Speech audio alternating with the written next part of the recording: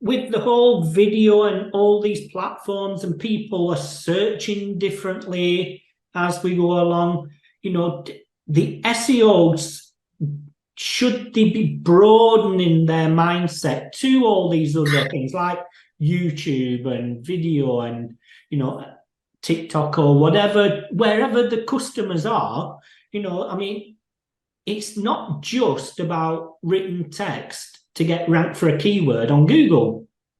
And it hasn't been for years. Yeah. But some SEOs still think like that. And it's, most SEOs sit at their laptop or their computer while they're working. So they're doing test searches there, and they're taking it for granted that most users aren't searching on a desktop, or they're not searching on that big a screen. And so I think being more realistic about what is the real use case in the search and what is the real experience from the search is important. And so things like you asked about, like search volume, is that still important, and how does that fit in?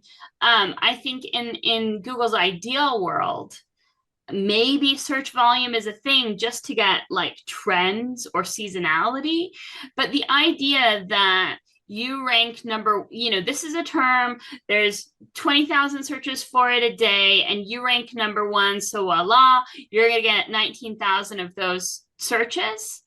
That's just not realistic. And to some degree it never was. But because that's even more and more true as the algorithm gets better at understanding intent. If the algorithm, Google says that they don't personalize search results, but they will hyper-localize search results down to like your house, or, at least you and your neighbor's house. Like they can hyper-localize to the point where it's nearly personal. Not to say that they necessarily do in most search results, but they could. They wouldn't right now, probably because it takes too much processing power to do that. The return is not good enough, but maybe they'll figure out that the return is good enough on some queries, right?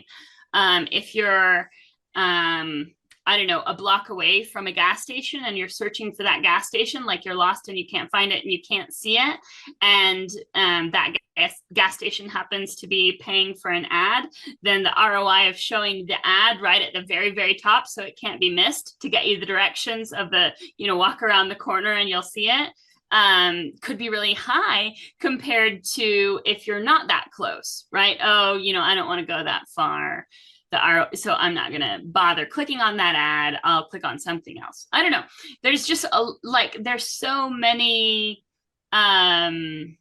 the three-dimensionality that we talked about with entity indexing, I think is true now that we have this kind of deeper, richer understanding of the world, or that Google has a deeper, richer understanding of the world, gives them more levers to pull and push algorithmically all the time and play with, so that they can tweak advertiser ROI, which is what they care about much more than SEO, I think. They can tweak that